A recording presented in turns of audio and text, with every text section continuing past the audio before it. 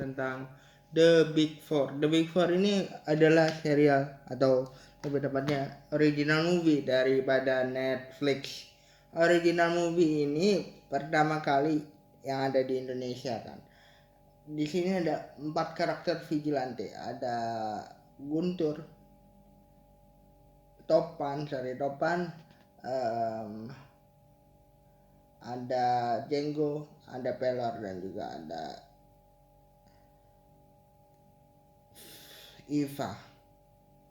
Nah, 4 karakter vigilante ini di bawah asuhannya Pak Petrus yang merupakan kayak ayah angkatnya mereka itu.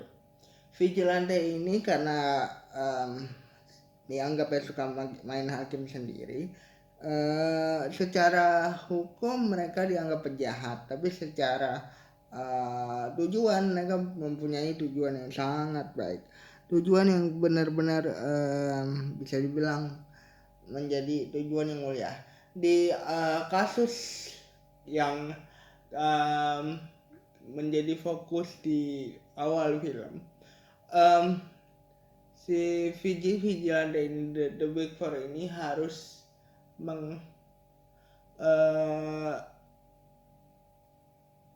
mengungkap sebuah organisasi panti asuhan yang menyiksa anak-anaknya. Begitu aku nonton film ini, langsung aku terfokus kepada kebrutalan yang terjadi di film ini sih, karena memang Netflix termasuk adalah situs yang sangat berani untuk membuat suatu film yang cukup berat bagi sebagian usia gitu ya. Dan aku pikir karena ini ada di Indonesia yang kurang terbiasa dengan kondisi entertainment seperti itu, akan dibuat lebih baik lagi. Aku pengen akan dibuat lebih lembut lagi, lebih baik, lebih lembut, lebih masuk akal, dan lebih sebagian diterima di berbagai usia. Ternyata tidak. Netflix masih mempertahankan karakternya yang membuat film sesuai dengan apa yang menjadi tujuannya. Artinya di tengah-tengah action ini harus ada yang membuat action ini semakin seru, dan itu karakter Netflix adalah untuk membuat action itu semakin seru adalah dengan menyatukan elemen-elemen yang mungkin tidak bisa diterima di berbagai usia gitu ya. Kita pengen bahas dulu dari per karakternya ya. Si Topan ini adalah pemimpin The Big Four, bisa dibilang. Topan ini memiliki spesialisasi yang menjadi sebuah pemimpin. Dia yang memberitahu apa yang terjadi, nantinya rencananya apa, dan ya pemimpin yang akan langsung berkecimpung di setiap misinya. Nah, Eva adalah salah satu perempuan yang bergabung di sini, The Big Four ini, yang mempunyai kekuatan dalam bersenjata ataupun pertarungan tangan kosong. Terus ada Pelor ini adalah pengumpan, jadi dia selalu menyamar di setiap misinya untuk bisa dibilang memberitahukan situasi.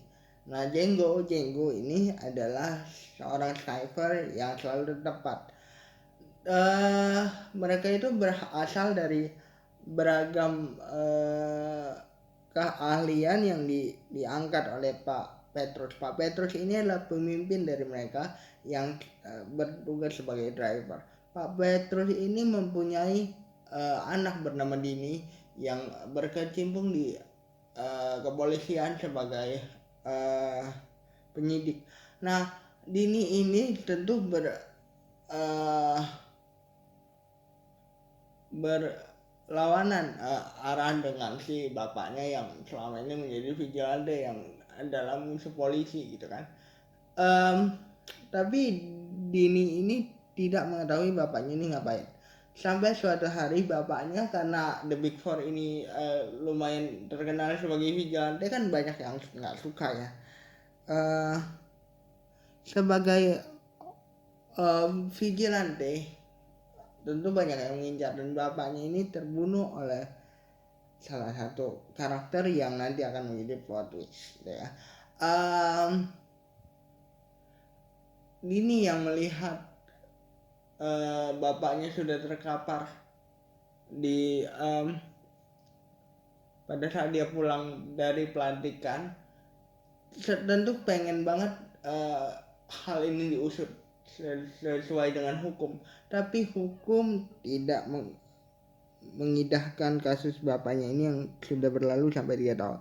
Dini sebenarnya masih terpuruk dengan kematian bapaknya, sehingga dia ingin menyelidiki sendiri secara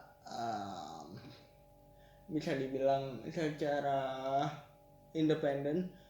Kenapa nih bapaknya meninggal? Siapa pembunuh dari bapaknya? Satu karakter memegang hal penting di sini, yaitu penjahatnya. Tapi penjahatnya bukan penjahat yang bisa dibilang mudah untuk dilawan. Penjahatnya itu adalah seseorang yang punya taktik yang nggak kalah sama Big Four. Karena Dini ini pengen banget mengusut ayahnya ini mati kenapa, jadi Dini ini mencari apapun yang berhubungan sama ayahnya. Itulah yang menjadi premis dari setiap satu film ini gitu ya. Mencari pembunuh ayahnya. The Big Four gini ya. The Big Four mempunyai satu keterpurukan yang sama Dini. The Big Four ini memutuskan untuk berpencar, menjalani hidup masing-masing untuk melupakan kejadian yang menimpa Pak Petrus. Pak Petrus yang sudah meninggal pun meninggalkan kayak sebuah wasiat, dan mimpinya Pak Petrus adalah mempunyai penginapan ketika ia pensiun. Sebenarnya di hari dia meninggal itu di hari dia pensiun, tapi masih ada musuh The Big Four yang mengincar Pak Petrus karena memang dia intinya kan. Nah, The Big Four ini aku sukanya adalah ya tadi dia mempertahankan satu ciri khas Netflix yang ya kalau brutal ya brutal beneran, kalau memang ini film yang fun ya fun beneran gitu, walaupun ini di Indonesia sendiri. Terus The Big Four ini menjadi salah satu genre yang baru buat di Indonesia, karena gini, The Big Four ini kan aku tadi bilang brutal, dan ada beberapa aspek yang mungkin masih baru di Indonesia gitu ya. Ketika kita ngomongin The Big Four ini ada kurangnya. Maksudnya kurangnya adalah ketika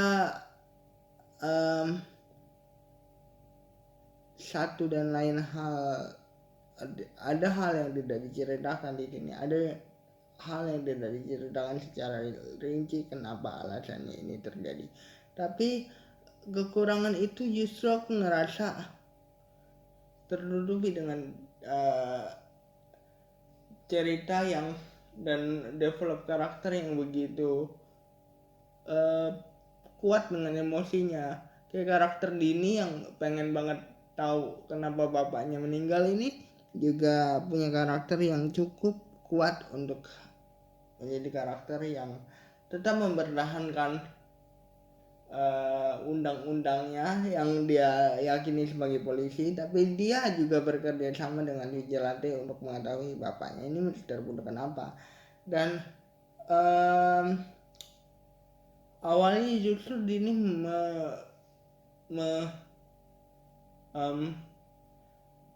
mencurigai Big Four, tapi mencurigai Big Four-nya itu karena ada alasannya di awal. Terus ada beberapa aspek Indonesia yang ini kan akan dipasarkan secara global karena udah Netflix gitu ya. Ada beberapa aspek Indonesia yang sebenarnya ada dua sisi nih. Ini bisa sisi yang kurangnya atau bisa sisi yang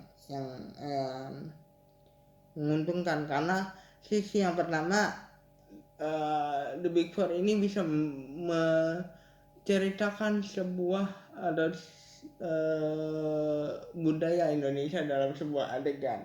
Tapi dari sisi lain kayaknya kalau hal ini dihilangin akan lebih baik deh gitu. Ada beberapa aspek Indonesia yang sebenarnya nggak perlu menurut aku pribadi. Menurutku adalah ini film yang cukup baik, film yang cukup pantas untuk ditonton. Ada beberapa plot twist juga yang sebenarnya udah bisa aku tebak, tapi aku tetap enjoy gitu ya. Ada beberapa develop karakter yang kurang, tapi itu tidak mengurangi keseruan dari film ini. Jadi jangan lupa untuk ditonton di Netflix. Bye guys.